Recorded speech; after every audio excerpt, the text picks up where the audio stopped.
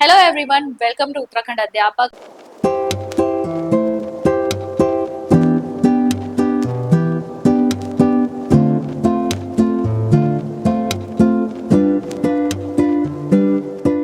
आज हम करने वाले हैं आपका LT क्लास 45। ठीक है, तो आज हम ये जो 45th क्लास करने वाले हैं आपके LT के कोर्स की। आपको पता ही होगा हमने सभी यूनिट्स कवर कर लिए। अभी जो चल रहा है हमारा यूनिट 1 को हमने लास्ट के लिए छोड़ा था। यूनिट 1 में भी आपके हमने जो एजुकेशन एंड फिलॉसफी है उसको कंप्लीट कर दिया था क्लास नंबर 44 तक। और आज हम स्टार्ट करेंगे आपका MCQs करेंगे और उसी के थ्रू समझने की कोशिश करेंगे कॉन्सेप्ट को एजुकेशन एंड सोशियोलॉजी। ठीक है, यानी शिक्षा और समाजशास्त्र। तो आपके इस यूनिट 1 में शिक्षा और दर्शन के विषय में है, शिक्षा और समाजशास्त्र के विषय में। इसके अलावा फिर कुछ आपके छोटे छोटे टॉपिक्स दिए, जैसे इंडियन नॉलेज सिस्टम हो गया, ठीक है, कल्चर के बारे में हो गया, या फिर आपका वैल्यू इंकल्केशन हो गया, या इकोनॉमिक्स ऑफ एजुकेशन हो गया। इस तरीके के टॉपिक्स भी आपको यहाँ पर यूनिट 1 में गिवन है। ठीक है, तो अब हम आज जो कवर करने वाले हैं, हम MCQs के माध्यम से समझेंगे एजुकेशन एंड सोशियोलॉजी को, और एक आध क्वेश्चन मॉडर्नाइजेशन के भी मैंने डाले हैं यहाँ पर, तो उसको चेक करेंगे। चलिए स्टार्ट करते हैं। तो पहला क्वेश्चन आप लोगों के सामने है कि which of the following characterizes the sociology of education as distinct from educational sociology. अब इंपॉर्टेंट क्वेश्चन है यहाँ पे, पहले हमें इन दोनों का डिफरेंस समझना पड़ेगा। तो यहाँ पर जो आपकी शुरुआत होती है ना इस यूनिट की, वो यहीं से है कि आपको ये कॉन्सेप्ट समझने कि सोशलॉजी ऑफ एजुकेशन क्या है और एजुकेशनल सोशलॉजी क्या है। दोनों चीजें डिफरेंट है। और आपसे यहाँ पर क्वेश्चन यही पूछा गया है कौन सी ऐसी कैरेक्टरिस्टिक है इन ऑप्शंस में से जो इसको इससे अलग कर रही। ठीक है, तो पहले एक बार काम करते हैं, हम कॉन्सेप्ट को ही समझ लेते हैं कि सोशलॉजी ऑफ एजुकेशन यानी कि आपका शिक्षा के समाजशास्त्र और एजुकेशन सोशलॉजी शैक्षिक समाजशास्त्र में फर्क क्या है। तो यहाँ पर आप चेक करेंगे कि जब हम एजुकेशनल सोशलॉजी की बात करते हैं तो ये बताता है आपका relationship between education and sociology, यानी शिक्षा और समाजशास्त्र के बीच में किस तरीके का संबंध है, कैसे शिक्षा समाजशास्त्र को प्रभावित करती है और कैसे समाजशास्त्र जो है वो शिक्षा को प्रभावित करता है। देखिए, जैसी हमारे सोसाइटी होगी उसी तरीके की शिक्षा दी जाएगी। सोसाइटी की जैसी नीड्स होती है उसी तरीके से बच्चों को तैयार किया जाएगा, बच्चों को वही स्किल सिखाए जाएंगे, बच्चों को वही शिक्षा दी जाएगी। तो इन दैट केस जो भी आपकी सोसाइटी की नीड्स है उसके अकॉर्डिंग जो शिक्षा का यानी कि एजुकेशन का करिकुलम है, क्या टीचिंग होनी चाहिए, क्या सब्जेक्ट्स होने चाहिए, क्या स्किल्स सिखाए जाने चाहिए, किस तरह के टीचिंग मेथड्स वहाँ पे यूज किए जाएंगे, ये सारी चीजें आपको कहाँ से मिल रही है, वो सोसाइटी से मिल रही है, या फिर आप कह सकते हैं उस जगह की सोशलॉजी से मिल रही है, समाजशास्त्र। ये आपको डिसाइड करके दे रहा है। तो एजुकेशन की जो प्रॉब्लम्स है उस पर आप ये प्रिंसिपल्स लगाकर इन चीजों को सॉल्व करें। क्या प्रॉब्लम्स कि व्हाट टू टीच, क्या पढ़ाना है, कैसे पढ़ाना है, क्या स्किल्स बच्चों को आने चाहिए। अब यहाँ पर शिक्षा भी आपका सोसाइटी को या फिर उसको प्रभावित करती है, समाजशास्त्र को कैसे प्रभावित करती है। शिक्षा के जरिए आप बच्चों का सोशलाइजेशन यानी समाजीकरण करते हैं। इसके अलावा हमारी सोसाइटी में क्या नॉर्म्स, क्या रूल्स चलते हैं, एक कैसे हमें अपने समाज में समायोजित होना है, कैसे एक सोशली मेच्योर इंसान बनना है, ये सब चीजें आपको कौन सिखाता है, शिक्षा सिखाती है। तो शिक्षा का समाजशास्त्र और समाजशास्त्र का शिक्षा पर, दोनों पर एक दूसरे का प्रभाव पड़ता है। यही चीज हम समझते हैं एजुकेशनल सोशियोलॉजी में।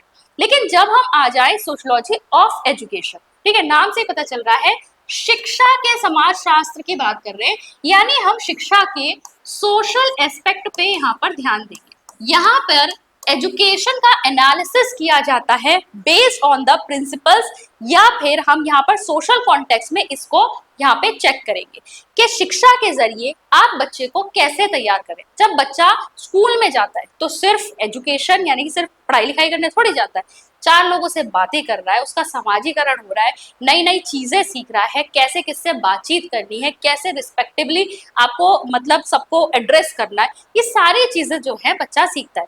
तो यहाँ पर जो आपकी सोशियोलॉजी होती है वो चेक कर रही है कि कैसे शिक्षा जो है बच्चे के सोशल डेवलपमेंट में हिस्सेदारी निभा रही है। तो जो शिक्षा का सामाजिक पहलू है उसको चेक करने का काम यहाँ पर होता है। इसको हम कहते हैं सोशियोलॉजी ऑफ एजुकेशन। एजुकेशन के सिर्फ सामाजिक पक्ष पर यहाँ पर ध्यान दिया जाएगा। ठीक है, तो अगर हम देखें तो ये क्या है आपका, ये आपका थ्योरेटिकल है, थ्योरेटिकल। ठीक है, एनालिसिस हो रहा है बस यहाँ पर कि कैसे जो है शिक्षा प्रभावित कर रही है बच्चे के सामाजिक पहलू को, कैसे उसका समाजीकरण कर रही है, कैसे उसे सोशल नॉर्म सिखा रही है, किस तरीके का सामाजिक परिवेश एक स्कूल में बच्चे को मिल रहा है, इन चीजों का एनालिसिस करते हैं यहाँ पर दोनों एक दूसरे को प्रभावित कर रहे हैं, शिक्षा भी समाजशास्त्र भी दोनों एक दूसरे को प्रभावित कर रहे हैं, और जो शिक्षा की जो समस्या है उसको सॉल्व करने के लिए हम यहाँ पर सोशियोलॉजी का यूज कर रहे हैं। दिस इज प्रैक्टिकल, ठीक है, क्या है ये, प्रैक्टिकल है। यहाँ पे चेक कर सकते हैं सोशियोलॉजी ऑफ एजुकेशन क्या है आपकी, ये थ्योरेटिकल है, एजुकेशनल सोशियोलॉजी अप्लाइड या प्रैक्टिकल है। सोशियोलॉजिकल फाइंडिंग्स यूज करती है एजुकेशन सिस्टम की प्रॉब्लम्स को सॉल्व करने के लिए, क्या पढ़ाएं कैसे पढ़ाएं ये चीजें देखने के लिए। यहाँ पर कैसे जो है शिक्षा या पब्लिक इंस्टीट्यूशन स्कूल्स वगैरह हो गए आपके, ये इंडिविजुअल एक्सपीरियंसेस कैसे जो अफेक्ट कर रहे हैं, ये मतलब एजुकेशन के जरिए क्या आउटकम्स निकल के आ रहे हैं, किस कॉन्टेक्स्ट में, सोशल कॉन्टेक्स्ट, ठीक है। अब जरा हम क्वेश्चन पर आते हैं। अब क्वेश्चन देखो जरा, निम्नलिखित में से कौन शिक्षा के समाजशास्त्र को शैक्षिक समाजशास्त्र से अलग रूप में परिणत करता है। ऑप्शन ए है it is a theoretical and analytical study of relationship between education and society. Sociology of education के लिए कह रहा है, आंसर तो यही सही है, आगे भी देख लेते हैं। इट इज अ सब field of psychology focusing on social behaviour. अच्छा, एक चीज मैं आपको बता देती हूँ, ये जो सोशियोलॉजी ऑफ एजुकेशन है ये एजुकेशनल सोशियोलॉजी की ब्रांच है, शाखा है, किसकी, एजुकेशनल सोशियोलॉजी की शाखा है सोशियोलॉजी ऑफ एजुकेशन। अब ये कह रहा है कि ये सब फील्ड है साइकोलॉजी का, साइकोलॉजी का तो यहाँ पे जिक्र ही नहीं हो रहा, हम तो सिर्फ सामाजिक परिवेश की बात कर रहे हैं, सामाजिक जो पहलू है उसकी बात कर रहे हैं। सी में देखो it is an applied science, ये अप्लाइड साइंस किसको कह रहा है, सोशियोलॉजी ऑफ एजुकेशन को। अभी हमने पढ़ा कि सोशियोलॉजी ऑफ एजुकेशन थ्योरेटिकल है, ठीक है, प्रैक्टिकल नहीं है, तो ये भी नहीं हो सकता आपका, ये भी नहीं हो सकता। डी पे देख लेते हैं, it is primarily concern with curriculum construction and reform. इससे भाई करिकुलम कंस्ट्रक्शन सब्जेक्ट वगैरह कौन डिसाइड करता है, एजुकेशन सोशियोलॉजी डिसाइड करती है। तो आपका ऑप्शन कौन सा सही निकल के आ रहा है, ऑप्शन ए इज करेक्ट, ठीक है। नेक्स्ट क्वेश्चन पे चलेंगे, consider the following statements regarding socialization, ठीक है, समाजीकरण के संबंध में निम्नलिखित में कथनों पर आपको विचार करना। पहला कथन आपको दे रखा है, ये भी 1 और 2 होना चाहिए, ठीक है। चलो, पहला कथन आपको दे रखा है कि primary socialization takes place during infancy, और दूसरा दे रखा है peer groups are the most significant agents of primary socialization. देखो भाई, जो समाजीकरण होता है उसके दो एजेंसीज होती है, एक होता है आपका प्राइमरी सोशलाइजेशन यानी प्राथमिक समाजीकरण, एक होता है आपका सेकेंडरी सोशलाइजेशन यानी द्वितीयक समाजीकरण। जो प्राइमरी सोशलाइजेशन होता है वो बच्चे के जीवन में पहले आता है। प्राइमरी सोशलाइजेशन मतलब सबसे पहले उसके जीवन में जो आया अर्ली एज में, जो क्या आएंगे, फैमिली मेंबर्स। बच्चे का समाजीकरण सबसे पहले स्टार्ट कहाँ से होता है, फैमिली से होता है, परिवार से होता है, वही आपकी प्राइमरी एजेंसी है ऑफ सोशलाइजेशन, ठीक है। पीयर ग्रुप तो बाद में आता है ना, बच्चा थोड़ा बड़ा होना शुरू होगा तब जाकर वो बच्चों दूसरे बच्चों से मिलना शुरू होगा, तब जाकर जो है उसका एक पीयर ग्रुप बनेगा, उनसे वो सीखना बातचीत करना शुरू करेगा, तो वो बाद में आता है बच्चे के जीवन में, तो वो सेकेंडरी सोशलाइजेशन, वो प्राइमरी सोशलाइजेशन नहीं। तो पहला जो हमारा स्टेटमेंट है कि primary socialization takes place during infancy, बिल्कुल सही है। शैशवावस्था में तो बच्चा सिर्फ परिवार के पास है, परिवार के साथ है, तो ये जो है प्राइमरी सोशलाइजेशन है, बिल्कुल है, स्टेटमेंट फर्स्ट करेक्ट। सेकंड कह रहा है कि पीयर ग्रुप जो है वो प्राइमरी सोशलाइजेशन का एजेंट है, नहीं, परिवार एजेंट मतलब अभिकरण है, ठीक है, तो परिवार है प्राइमरी एजेंसी, पीयर ग्रुप नहीं है, peer group is a secondary agency.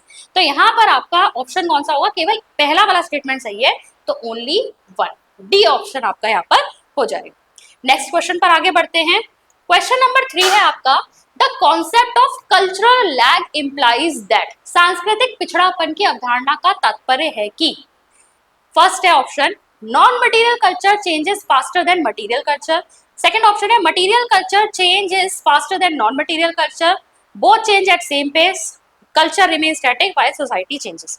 भाई देखो, कल्चर जो है आपका, कल्चर कल्चर के दो एस्पेक्ट्स, ठीक है, दो एस्पेक्ट्स हैं इसके। पहला है इसका मटेरियल एस्पेक्ट है, ठीक है, मटेरियल कल्चर होता है, एक नॉन मटेरियल होता है, ठीक है। नॉन मटेरियल क्या मतलब है इसका कहने का, मटेरियल मतलब टेंजेबल, जो चीज़ आप छू सकते हो, जैसे टेक्नोलॉजी की बात अब करते हैं, ठीक है, टेक्नोलॉजी जैसे आप छू सको, जैसे आप यूज कर सको। तो पहले जो है आप जानते होंगे कि हाथ से कपड़े वगैरह बुने जाते थे, बुनाई वगैरह का वो भी होता था, और हर तरह का हैंडलूम या हैंडीक्राफ्ट हर काम हाथ से होता था। ये टूल्स, टेक्नोलॉजी, मशीन्स, ये सब तो बाद में आया ना, पहले सारे काम हाथ से किए जाते थे। लेकिन जब ये टूल्स, टेक्नोलॉजी वगैरह आए तो अब इसको लोगों ने यूज तो करना शुरू कर दिया, यानी मार्केट में ये चीज आ चुकी है, लोगों ने इस्तेमाल करना शुरू कर दिया। This is the material culture. Material culture में चेंज हो गया, यूज में आने लग गया, लेकिन लोगों का पर्सपेक्टिव अभी भी क्या था, नहीं नहीं हम तो हाथ के बने कपड़े पहनेंगे, या हाथ से बनी हुई चीजों को ही ज्यादा प्रेफरेंस देते थे। लोगों का माइंडसेट अभी चेंज नहीं हुआ, यानी नॉन मटीरियल कल्चर, लोगों के विचार, लोगों की सोच, लोगों की अवधारणा में अभी परिवर्तन नहीं आया है। That is your non material culture. ठीक है, कोई चीज देखिए आ तो जाती है फिजिकली, तो वो हमारी सोसाइटी के अंदर अब व्याप्त है, लेकिन लोगों के अंदर एक्सेप्टेंस, लोगों को अपने विचारों में जो है उस लेवल पर लेकर आना कि हाँ अब हम इस चीज को एक्सेप्ट करते हैं, अब हम इसे अपने दैनिक जीवन का हिस्सा बना लेंगे, उसमें टाइम लगता है ना। तो यहाँ पर क्या है, मटीरियल कल्चर जो है वो पहले आ जाता है, लेकिन नॉन मटीरियल कल्चर को आने में टाइम लगता है। इसके बीच का जो डिफरेंस होता है, क्योंकि ये पहले आ गया, इसमें अभी समय लग रहा है, इसी को हम कहते हैं कल्चर लैग। ठीक है, इसे क्या कहते हैं, कल्चर लैग। जैसे यहाँ पर सांस्कृतिक पिछड़ापन लिखा हुआ है, ठीक है, सांस्कृतिक पिछड़ापन। सांस्कृतिक पिछड़ापन का मतलब ये नहीं है कि वो बिल्कुल ही मतलब पुराने समाज के वैसी बिल्कुल कुरीतियों को मान रहे हैं, इसका मतलब ये है कि नई चीज तो आ गई, ठीक है, फिजिकली वो हमारे जो यूज में आने लग गई है, लेकिन अभी एक्सेप्टेंस नहीं आया है, अभी लोगों ने उसे एक लार्जर लेवल पर अपने कल्चर का पार्ट नहीं बनाया है, on the thought process level. ठीक है, तो अब यहाँ पर देखो, यहाँ ए में देखो ऑप्शन क्या है, non material culture changes faster than material, नहीं उल्टा लिखा हुआ है, इसमें लिख रहा है नॉन मटेरियल फास्ट चेंज होता है, मटेरियल से ज्यादा, नहीं बी है। ठीक है, मटेरियल कल्चर पहले चेंज हो जाता है, नॉन मटेरियल कल्चर बाद में चेंज होता है। ठीक है, इसका एक एग्जांपल एआई भी ले सकते हो। आजकल एआई देखो आप सबके फोन में आ चुका है, आप सबके जो टेक्नोलॉजी हाथ में आ चुकी है, एआई है, लेकिन बहुत सारे लोगों ने अभी इसे एक्सेप्ट करके इसे यूज करना प्रॉपरली कि ये बिल्कुल ही हमारे दैनिक जीवन का हिस्सा बन जाए, अभी यूज करना शुरू नहीं किया। तो मटीरियलिस्टिकली हम सबके फोन में एआई आ चुका है, लेकिन कितना हमने अभी तक इसको एक्सेप्ट किया है, कितना हमारा जो है हमने इसको यूज करना शुरू कर दिया है कि हमारी डेली प्रैक्टिस का हिस्सा बन गया, आज सारे काम हम एआई से ही करेंगे, एक एक पर्सन जो है उसको एआई आता होगा, इसमें अभी टाइम लगेगा। तो मटीरियलिस्टिकली अगर हम देखें तो मटीरियल कल्चर चेंज हो चुका है, लेकिन नॉन मटीरियल कल्चर चेंज होने में भी थोड़ा सा समय लग रहा है, यही आपका कल्चर लैग है। नेक्स्ट क्वेश्चन देखेंगे, असर्शन दिया है education is an instrument of social stratification, और रीजन दिया है it provides equal opportunity to all regardless of their background. ठीक है, हालांकि ये जो फर्स्ट स्टेटमेंट है आप लोगों को लगेगा कि ये स्टेटमेंट करेक्ट नहीं है, लेकिन ये स्टेटमेंट बिल्कुल करेक्ट है कि एजुकेशन भी कभी कभी क्या करती है, एक सोशल स्ट्रेटिफिकेशन के इंस्ट्रूमेंट की तरह काम करती है, सामाजिक स्तरीकरण का एक साधन बन जाती है। ठीक है, देखो एजुकेशन के जरिए भी क्या होता है, जो पैसे वाले लोग हैं वो अच्छी स्कूलिंग भी अफोर्ड कर सकते हैं, ठीक है, तो वो अच्छे स्कूल में जाएंगे, अच्छी शिक्षा प्राप्त करेंगे, हायर एजुकेशन लेंगे, और उसके बाद एक हायर जॉब भी उनको मिलेगी। ठीक है, जो पहले से ही पैसे जिसके पास कम है, इसकी अर्निंग कम है, जो एक लो इकोनॉमिक स्टेटस से है, वो एक तो हायर एजुकेशन को नहीं ले पाएगा, या फिर एक बहुत अच्छे स्कूल में नहीं जा पाएगा, वो एक बेसिक स्कूल जो उसके बजट के अंदर हो उसको अफोर्ड कर पाएगा, वहां से एक बेसिक शिक्षा लेगा। भाई वो अलग चीजें हैं जो अलग निकल के आ जाते हैं कि भाई बहुत मेहनत करी, इन्होंने स्कॉलरशिप हासिल कर ली, ये वहां पहुंच गए, किसी हायर उस पर पोस्ट पे पहुंच गए, वो अलग चीजें होती है। लेकिन हम एक कॉमन तरीके से जनरल वे में जो चीज यहाँ पर है हमारी सोसाइटी में प्रिवेल करती है, हम उसके बारे में बात करेंगे।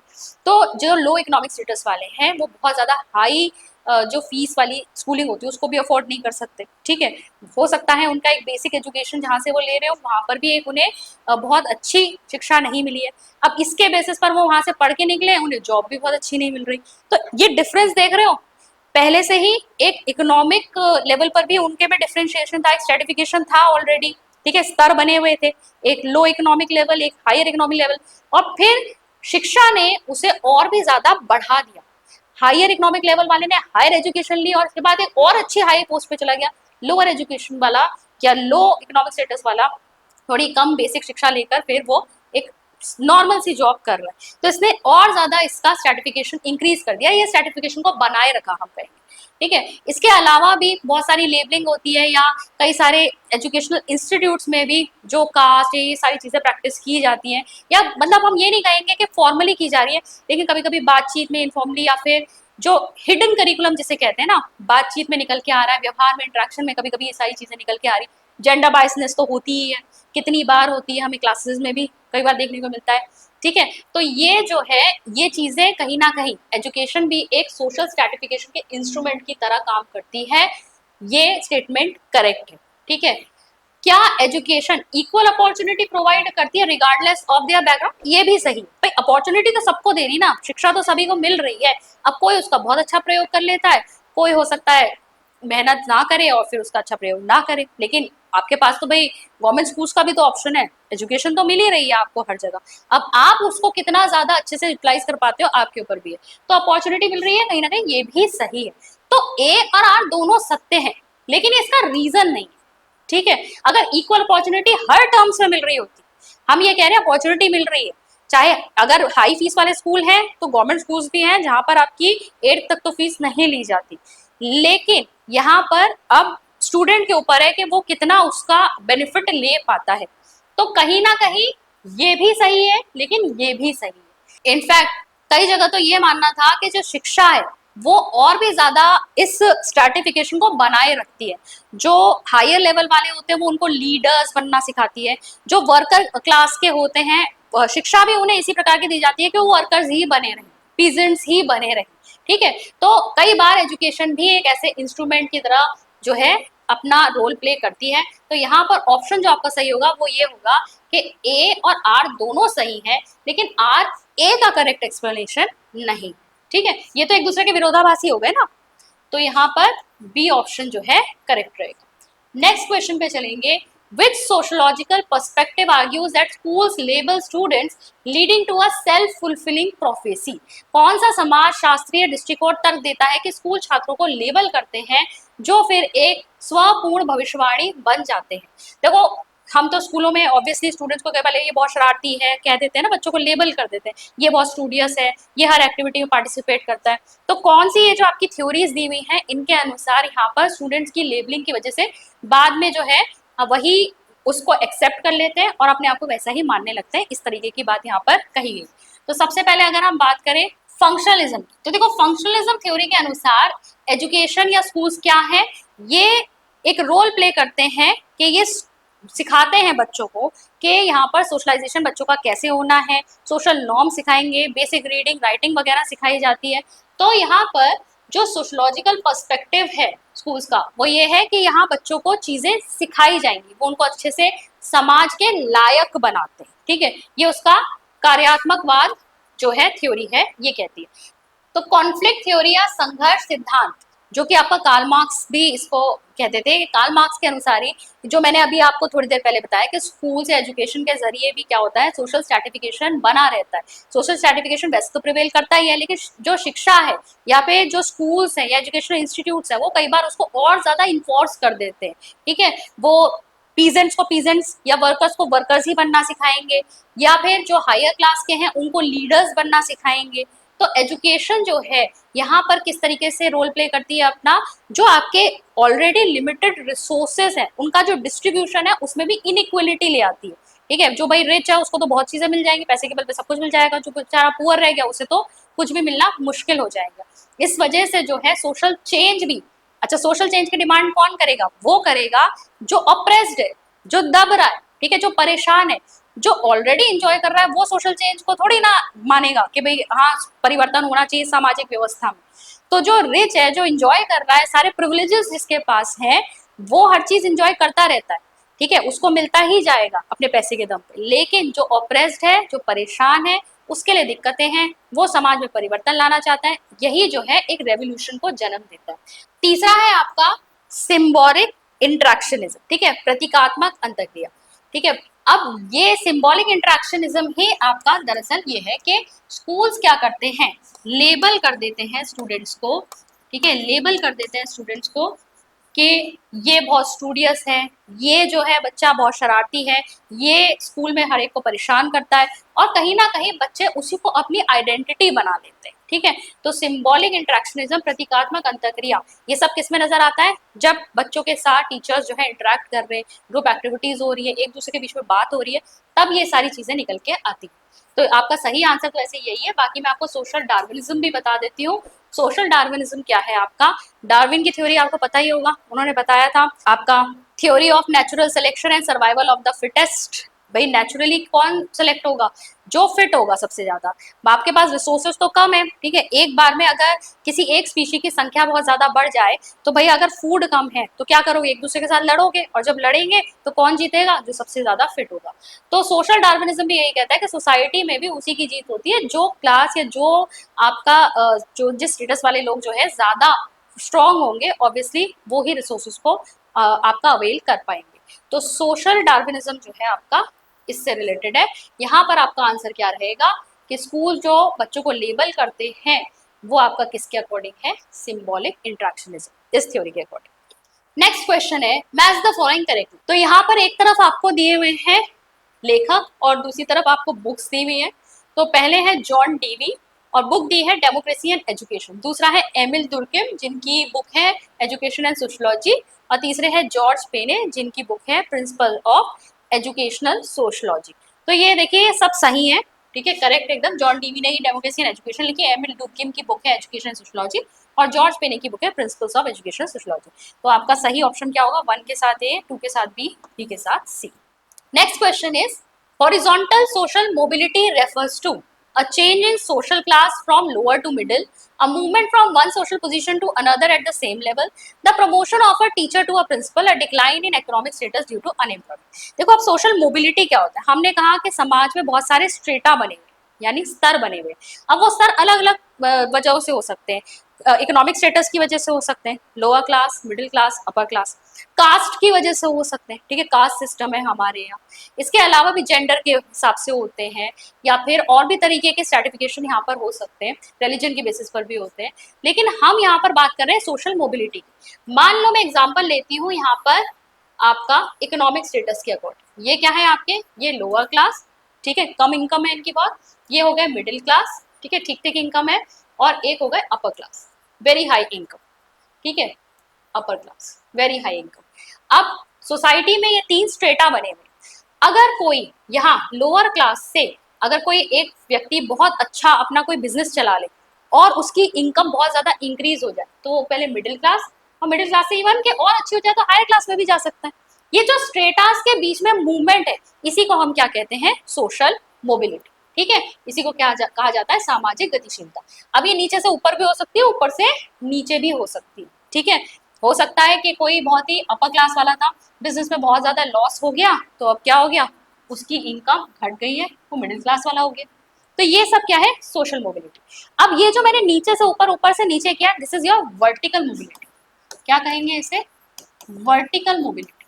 अगर सेम लेवल पर हो चेंज तो उसे हम कहते हैं हॉरिजॉन्टल मोबिलिटी, ठीक है। जैसे एक टीचर है, उसने अपना स्कूल चेंज कर लिया, तो लेवल तो वही है, पेमेंट वही मिल रही है उसको, लेकिन स्कूल में उसका कुछ सही नहीं बैठ रहा था, झगड़ा हो गया था मान लो किसी स्टाफ के मेंबर के साथ, तो उसने अपना दूसरा स्कूल जब चेंज किया है, तो यहाँ पर लेवल सेम है, लेकिन इस एक ही स्टेटस पर है, लेकिन स्कूल चेंज होने की वजह से अब क्या हो गया, हॉरिजॉन्टल मोबिलिटी, ठीक है।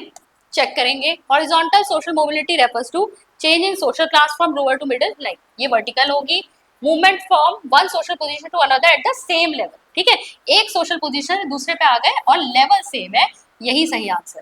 टीचर का प्रिंसिपल पे अगर हो जाएगा तो देखो पोस्ट बढ़ गई ना, तो ये तो वर्टिकल मोबिलिटी हो गई। इकोनॉमिक स्टेटस डिक्लाइन हुआ है, नीचे हुआ है अनएम्प्लॉयमेंट की वजह से, पहले रोजगार था अब रोजगार नहीं है, तो डिक्लाइन हुआ है, वर्टिकल मोबिलिटी, ठीक है।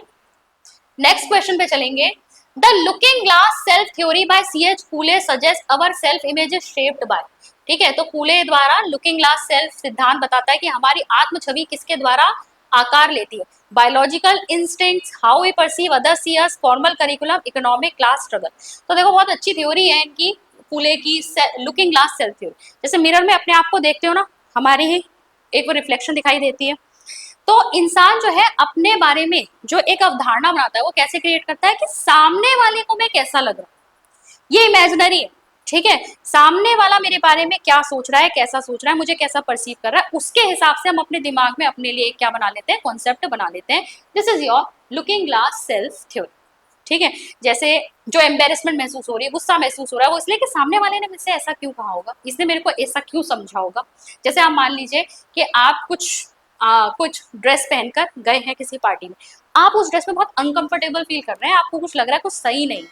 अब जब भी आप किसी से मिल रहे हैं और कोई आपको ऐसे ही बस खाली देख भी रहा है, आपको क्या लग रहा है, कुछ गड़बड़ है, क्योंकि आप अनकंफर्टेबल फील कर रहे थे, आपने सामने वाले के उस लुक्स को, कि वो सामने वाले जरा सा आपको ऐसे देखा तो उसे लगा कि ये मेरे बारे में ये सोच रहा है, ये आप एम्बेरस फील करना शुरू कर देंगे, ये मेरे बारे में गलत सोच रहा है, या ये मेरे बारे में मुझे शायद क्या समझ रहा है। तो आपने क्या सोचा कि आप सामने वाले की नजरों से अपने आप को देख रहे हैं कि ये मेरे बारे में क्या परसीव कर रहा है, उसके हिसाब से आपके अंदर एक अवधारणा क्रिएट हो रही है, फीलिंग्स आ रही है। तो ये क्या है, लुकिंग ग्लास सेल्फ थ्योरी है किसकी, कूले की। तो यहाँ पर अगर पूछा है कि किसके द्वारा आकार लेती है, तो how we perceive others see अस, ठीक है, हम दूसरों को अपने बारे में कैसा समझते हैं, ठीक है, दूसरे हम मतलब हमारे बारे में क्या सोचते हैं, ये होना चाहिए सही हिंदी में ऑप्शन।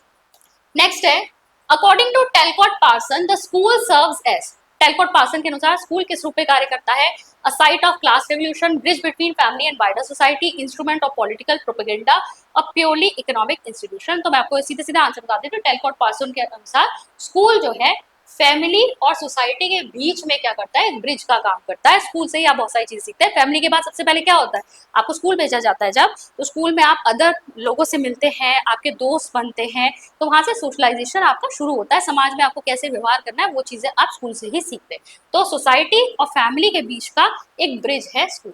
नेक्स्ट है, which of the following is an example of open system of social stratification, ठीक है।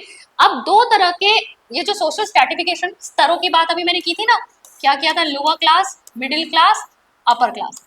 अब और मैं इसमें क्या बता रही थी, इसमें मूवमेंट भी हो सकता है। अगर मूवमेंट हो सकता है तो ये ओपन सिस्टम होता है, ठीक है। अगर ये मूवमेंट रिस्ट्रिक्टेड हो, इनके बीच में अगर कोई भी तरह के ऐसे स्तर हैं जिनके बीच में मूवमेंट पॉसिबल नहीं है, तो वो क्लोज सिस्टम, ठीक है। चलिए अब देखते हैं, ओपन सिस्टम पूछा है इनमें से, कास्ट सिस्टम क्या है, क्लोज सिस्टम। भाई जिस कास्ट में आपने जन्म लिया है वो तो रहेगी रहेगी ना, तो ये आपका क्या है, क्लोज सिस्टम। क्लास सिस्टम अभी हमने डिस्कस कर लिया, इसमें मूवमेंट पॉसिबल है। इकोनॉमिक स्टेटस पे अगर हम देखें, अगर लोअर क्लास से अगर कोई बहुत अच्छा बिजनेस कर गया या कोई भी अच्छा काम उससे कर लिया जिसमें उसकी इनकम बढ़ गई है, तो वो मिडिल क्लास में जा सकता है, यानी मोबिलिटी पॉसिबल है। तो आंसर तो आपका यही है। स्लेवरी पहले के टाइम पे चलती थी, भाई जिसको स्लेव दास बना के रखना है, हमेशा के लिए रखना है, उसको बहुत ऑपरेस किया जाता था, उसके लिए भी उस चंगुल से निकलने का कोई रास्ता नहीं था। और एस्टेट सिस्टम, ठीक है। संपदा व्यवस्था, अब संपदा किसे मिलती है, आपने जिस घर में जन्म लिया है, आपको जो पैतृक संपत्ति है वही ट्रांसफर होगी ना, वही ट्रांसफर होती रहेगी, किसको, अब आपके जो बच्चे होंगे उसको ट्रांसफर होगी। तो ये क्या है, ये एस्टेट सिस्टम है, जो आपको जिस परिवार में आपने जन्म लिया वहां से आपको पास ऑन होती जा रही है। तो ये भी चेंज नहीं हो सकता, सॉरी, तो ये आपका रॉन्ग हो जाएगा, ठीक है। तो आपका सही आंसर क्या है, क्लास सिस्टम, यही आपका ओपन सिस्टम है, बाकी सारे आपके क्लोज सिस्टम। नेक्स्ट है आपका हिडन करिकुलम। देखो हिडन करिकुलम क्या होता है, हिडन करिकुलम है ऐसी चीजें जो स्कूल में फॉर्मली कहीं सिलेबस में मेंशन नहीं है। वैसे तो आपका सिलेबस में मेंशन होता है ना कि बच्चे को इस साल में आपको क्या क्या सिखाना है, ये ऑब्जेक्टिव्स हैं, ये उद्देश्य है, हमारे बच्चे को ये चीजें आनी चाहिए। लेकिन कुछ चीजें ऐसी हैं जो लिखी नहीं है, फिर भी बच्चा सीखता तो है। हम कितनी चीजों में कहते हैं ये चीजें तो स्कूल जाकर सीख गया, ये ऐसे बोलना, इस तरीके से, ये मैनरिज्म, पता नहीं ये कहाँ से, गाली गलौज भी बोलते हैं ना, ये कहाँ से सीख लिया, तो अगर गलत संगति बढ़ जाए तो वो भी सीख जाते हैं।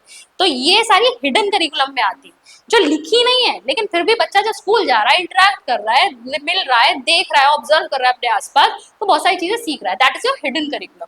द सीक्रेट सिलेबस नहीं, कोई सीक्रेट सिलेबस नहीं है। Extra curricular activities like sports, ये तो फॉर्मली आपको दी जा रही है, ठीक है। अनइंटेंशनल लेसन्स, ठीक है, विद्यालय में अनजाने में सीखे गए पाठ, मूल्य और दृष्टिकोण, ठीक है, आपके लिए लिखे नहीं गए हैं कि कहीं आपको ये सब सिखाना है, लेकिन फिर भी आपने सीख लिया अपने आसपास के एनवायरमेंट से, यही आपका हिडन करिकुलम, ठीक है। नेक्स्ट क्वेश्चन है, what does modernization in education primary focus on, ठीक है, शिक्षा में आधुनिकीकरण मुख्य रूप से किस पर केंद्रित है, adopting western fashion, replacing local history with global history, strictly following traditional teaching, developing scientific temper, rationality and mobility. देखो आधुनिकीकरण का मतलब क्या है, आप नई टेक्नोलॉजी, लॉजिक और रीजनिंग को आप एक्सेप्ट करते हो, ये होता है आपका, ठीक है। सिर्फ वेस्टर्न कल्चर को अडॉप्ट कर लेना मॉडर्नाइजेशन नहीं है। हम बोल देते हैं कि ये तो सब बड़े बहुत ज्यादा मॉडर्न हो गए, वेस्ट के चीजों को अपना रहे हैं, लेकिन ऐसा है नहीं कि आपने सिर्फ वेस्ट को अपना लिया तो वही मॉडर्न हो जाएगा, ठीक है। रिप्लेस करना नहीं, ये भी नहीं है। स्ट्रिक्टली अपनी ट्रेडिशनल टीचिंग को फॉलो करना, ये तो बिल्कुल भी नहीं है। ये है आपका कि एजुकेशन में अगर हम मॉडर्नाइजेशन देखें तो हम क्या करें, हम वैज्ञानिक सोच को अपनाएं, तर्कशीलता जागृत करें, गतिशीलता को विकसित करें, मोबिलिटी आए वहां पर, ये चीज आपकी मॉडर्नाइजेशन इन एजुकेशन कहलाएगी।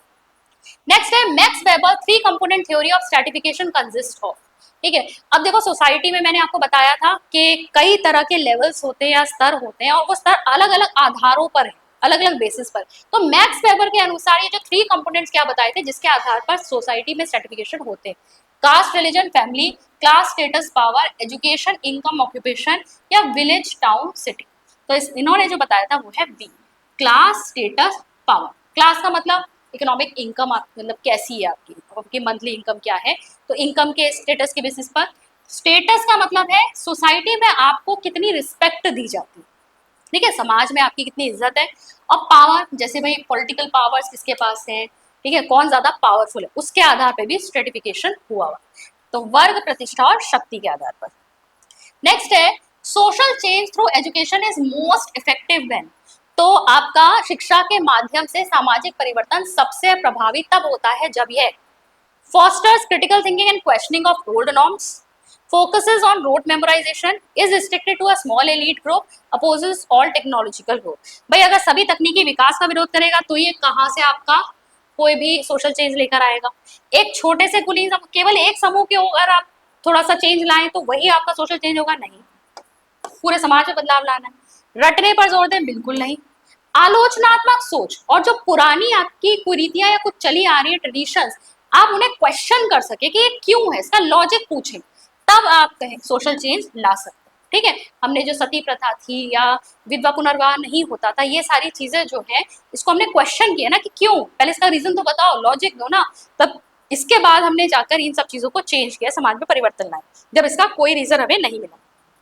Which of the following is a passive agency of education. ठीक है, एजुकेशन की पैसिव एजेंसी देखो, एक तो होती है एक्टिव एजेंसी, मतलब आप क्या कर रहे हो यहाँ पर, आपको पता है कि आपको क्या बच्चे को सिखाना है, सारी चीजें मेंशन्ड है, लिखी हुई है, डॉक्यूमेंटेड है, अब आप उसको उस तरीके से सिखा रहे हो। एक होती है पैसिव एजेंसी, बच्चा खुद से ही अपने आप से आसपास चीजों को सिखाने के लिए नहीं सिखाई जा रही, लेकिन ऑब्जर्व कर रहा है, अपने आसपास एनवायरनमेंट में देख रहा है चीजें, तो कुछ चीजें वो अपने आप ही सीख जा रहा है, that is your passive agency. तो यहाँ पर फैमिली नहीं, फैमिली नहीं है। लाइब्रेरी, लाइब्रेरी में आपको सीखने के लिए थोड़ी गए थे, ठीक है, आप सिर्फ किताब पढ़ने गए थे, लेकिन अपनी लाइब्रेरी में भी आप बहुत सारे लोगों को देख रहे हो, ऑब्जर्व कर रहे हो, तो ये जो ऑब्जर्वेशन चल रहा है, बहुत सारे लोगों का मैनरिज्म आप स्टडी कर रहे हो, थोड़ी बहुत भी जो आपकी बात हो रही है, वैसे तो लाइब्रेरी में बात नहीं करते, लेकिन फिर भी जो भी थोड़ा बहुत भी इंट्रैक्शन जो हो रहा है, वो चीजों से आपका कुछ ना कुछ रीशेप हो रहा है, कुछ ना कुछ आप सीख रहे हो, that is your passive agency. सिखाने के लिए नहीं बैठे हैं वहां पर, लेकिन आप फिर भी सीख रहे हैं, कुछ चीजें आप खुद से नोटिस कर रहे हो। स्कूल में तो सब चीजें फॉर्मली सिखाई जाती है, यूथ क्लब में भी। नेक्स्ट क्वेश्चन है, according to Karl Marx the educational system in a capitalist society. ठीक है, अब कार्ल मार्क्स के बारे में मैंने आपको कॉन्फ्लिक्ट थ्योरी जो समझाई, ठीक है, वो आपको याद रखनी है यहाँ पर, उसके बेसिस पर ही इन्होंने ये दिया था। यूरोप में बेसिकली एक सिस्टम था वहां पर, ठीक है, जहाँ पर क्लासेस बटी हुई थी, कैपिटलिस्ट सोसाइटी थी, तो क्रिएट्स अ क्लासलेस सोसाइटी नहीं। कॉन्फ्लिक्ट थ्योरी वाले तो मानते थे एजुकेशन क्या करता है, और ज्यादा सोशल स्ट्रेटिफिकेशन लेकर आता है, तो ये नहीं होगा। Serves as an ideological state apparatus to reproduce workforce, यही सही आंसर है। ये क्या सर्व कर रहा है, ये फिर वर्कर्स को फिर से वर्कर्स बनाना, लेबर्स को फिर से लेबर्स बनाना, पीजेंट्स या फिर जो फार्मर्स हैं, जो काम करने वाले हैं, ठीक है, उनको वैसा ही काम दोबारा सिखाना, एजुकेशन ऐसे ही उनको तैयार कर रही है। ठीक है, तो ये एक इंस्ट्रूमेंट की तरह काम कर रही है स्टेट के पास कि वो क्या करे, वर्कफोर्स को वर्कफोर्स ही बने रहने दे। प्रमोट स्पिरिचुअल ग्रोथ नहीं होगा, इंडिपेंडेंट ऑफ इकोनॉमिक स्ट्रक्चर नहीं, बिल्कुल। नेक्स्ट है, which one of the following is not a factor of modernisation. तो मॉडर्नाइजेशन का कौन सा एक कारक नहीं है, industrial development, scientific knowledge, social mobility, physical mobility. तो इसका सही आंसर क्या होगा यहाँ पर, फिजिकल मोबिलिटी। ठीक है, इंडस्ट्रियल डेवलपमेंट, भैया मैंने कहा पहले से सब लोग हाथ से चीजें बनाते थे, इसके बाद मशीन्स आई और ज्यादा टेक्नोलॉजी आई, तो इंडस्ट्रियल डेवलपमेंट के साथ हम कहते हैं मॉडर्नाइजेशन, आधुनिकीकरण हुआ है, साइंटिफिक नॉलेज के साथ हुआ है। सोशल मोबिलिटी तभी हुई है भाई, तभी तो ये स्तरों में के बाद आप चेंज कर सकते हैं, तो मॉडर्नाइजेशन इसे आप कह सकते हैं। लेकिन फिजिकल मोबिलिटी को एक सिटी से दूसरी सिटी में चला गया है, तो ये कोई मॉडर्नाइजेशन नहीं है। ठीक है, तो ये डी ऑप्शन। नेक्स्ट है, असर्शन दिया है social mobility is higher in urban areas than in rural areas, और रीजन है अर्बन एरियाज है more diverse educational occupational opportunities. अब देखो असर्शन सही है, आप शहरों में अगर देखेंगे तो सोशल मोबिलिटी हायर इसलिए है क्योंकि वहां पर आपको अच्छी अपॉर्चुनिटीज मिली। भाई गांव से लोग शहर क्यों जाते हैं कि भाई काम के, रोजगार के अच्छे अवसर मिलेंगे, शायद हम अपनी इनकम लेवल को और ज्यादा इंक्रीज करें, तो उससे क्या होगा, सोशल मोबिलिटी होगी। तो पहला वाला ऑप्शन सही है। दूसरा भी बिल्कुल सही है कि अर्बन एरियाज में आपके पास अपॉर्चुनिटी ज्यादा है, शिक्षा की, रोजगार की, आपके पास ज्यादा आपको अपॉर्चुनिटी मिलती है, ताकि इससे आप अपने इनकम लेवल में कुछ चेंज कर पाए और इससे सोशल मोबिलिटी हो। तो असर्शन भी सही है, रीजन भी सही है, और उसका करेक्ट एक्सप्लेनेशन भी है, ऑप्शन ए हो जाएगा। ठीक है, ए और आर दोनों सत्य हैं और आर ए का सही की सही व्याख्या है। नेक्स्ट क्वेश्चन है, who is regarded as the father of sociology? Auguste Comte, Robert Payne, Ivor Morris, MacIver. तो यहाँ पर ध्यान रखेंगे, फादर ऑफ सोशियोलॉजी है अगस्ट कॉम्टे। ठीक है, Auguste Comte father of sociology, और फादर ऑफ एजुकेशनल सोशियोलॉजी कौन है? जॉर्ज पेने। ठीक है, ध्यान रखना है, फादर ऑफ सोशियोलॉजी, समाजशास्त्र के जनक, ठीक है, कौन है? अगस्ट कॉम्टे, और शैक्षिक समाजशास्त्र के जनक कौन है? जॉर्ज पेने। ध्यान रखेंगे। लास्ट क्वेश्चन मैच करने हैं आपको। एक तरफ दिया है conservative society, close group of society, cultural diffusion, social stratification. जरा मैच करते हैं। एक्सोजेनस सोर्स ऑफ चेंज, परिवर्तन का बहिर्जात स्रोत, प्रतिरुद्ध समाज, जाति, एक ऐसा समाज जिसमें परिवर्तन धीमे एवं समय लेने वाले हैं। ठीक है, तो यहाँ पर आपका ऑप्शन जो है कौन सा सही होगा? कंजर्वेटिव सोसाइटी कौन सी होगी? कंजर्वेटिव सोसाइटी मतलब जिसमें, जैसे हम आपने देखे होंगे ऐसे परिवार होते हैं कि हम तो अपनी ही कास्ट में शादी करेंगे, हम तो कास्ट से बाहर शादी नहीं करेंगे। कंजर्वेटिव सोसाइटी कहते हैं ना उसे, अपने में ही रहना चाहते हैं वो, किसी को अपने में शामिल नहीं करना चाहते, अपने एरिया, अपनी जो सोसाइटी, अपनी कास्ट से किसी को भेजना भी नहीं चाहते। कंजर्वेटिव सोसाइटी एक ऐसी सोसाइटी जो टाइम लेती है कि उसमें चेंज आने में मतलब समय लगता है, कि वो उनके जो विचारधारा है वो बहुत क्या होती है, पहले की पुराने लोगों की तरह होती है कि भाई हम जहाँ हैं जैसे हैं हम ही सही हैं, हम बाहर भी नहीं भेजेंगे, आप बाहर की चीजों को एक्सेप्ट भी नहीं करते। कंजर्वेटिव सोसाइटी होती है।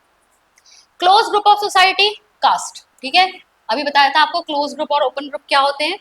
फिर कल्चरल डिफ्यूजन, यानी कल्चर्स की मिक्सिंग, संस्कृति का विसरण, ये क्या होगा? एक्सोजेनस सोर्स, एक्सोजेनस मतलब बाहर की भी आपने कोई अच्छी अगर कल्चर में चीज देखी, वो आपने यहाँ पर अपने में भी शामिल कर ली, अपने संस्कृति में मिला ली, तो कल्चर डिफ्यूजन हुआ। और social stratification, trades that are socio economic in nature. ठीक है, ऐसे कैरेक्टरिस्टिक्स से आप स्ट्रेटिफाई करते हो ना, कि इनकम ग्रुप के हिसाब से, कास्ट के हिसाब से। ठीक है, सोशियो इकोनॉमिक होते हैं नेचर। तो यहाँ पर आप देखेंगे जो ऑप्शन है आपका ए के साथ आ रहा है 4, 3 में आ रहा है, बी के साथ आ रहा है आपका 3। ओके, अब आपका ये कैंसिल हो गया, ये भी कैंसिल। नेक्स्ट है कल्चर डिफ्यूजन के साथ आ रहा है 1। ओके, तो सी ऑप्शन आपका करेक्ट ऑप्शन। तो आज हमने एजुकेशन एंड सोशियोलॉजी के ऊपर बेस कई सारे एमसीक्यूज देखे, और मैंने आपको बीच बीच में भी जो उससे रिलेटेड कॉन्सेप्ट्स हैं समझाने की कोशिश की, ताकि आपको क्लियर हो जाए कि आपको इस टॉपिक से पढ़ना क्या है। काफी सारी चीजें इसमें और भी हैं, कुछ और थ्योरी, जैसे मैंने लुकिंग ग्लास सेल्फ वाली थ्योरी बताई, ऐसे और भी थ्योरीज हैं। INME का मॉडल है मीट का। ठीक है, तो ये सब चीजें आप चेक करिएगा, और भी जो आपको डिटेल में देखनी है। और जैसा कि आप जानते ही हैं कि जितने भी क्लासेस हमारी यहाँ पर होती हैं, इन सब की पीडीएफ्स आपको हमारे टेलीग्राम ग्रुप पे मिल जाएंगी। टेलीग्राम ग्रुप को ज्वाइन करने का लिंक आपको नीचे डिस्क्रिप्शन बॉक्स में मिल जाएगा। और बहुत जल्द आप सभी लोगों के लिए हम अच्छी ऑफर लेकर आने वाले हैं। 17 से 23 मई रहने वाला है हमारा achievers anniversary mega celebration week, जिसमें आपको कई सारे गिफ्ट्स मिलने वाले हैं। तो आप हमारे चैनल के साथ जुड़े रहिए, और जून में हमारा जो नया बैच शुरू होने वाला है, अगर आप उसे भी परचेज करना चाहते हैं तो आप हमारी अचीवर्स ऐप को डाउनलोड कर सकते हैं। डाउनलोड करने का लिंक आपको नीचे डिस्क्रिप्शन बॉक्स में मिल जाएगा। मैं मिलती हूँ आपसे नेक्स्ट वीडियो में। Thank you.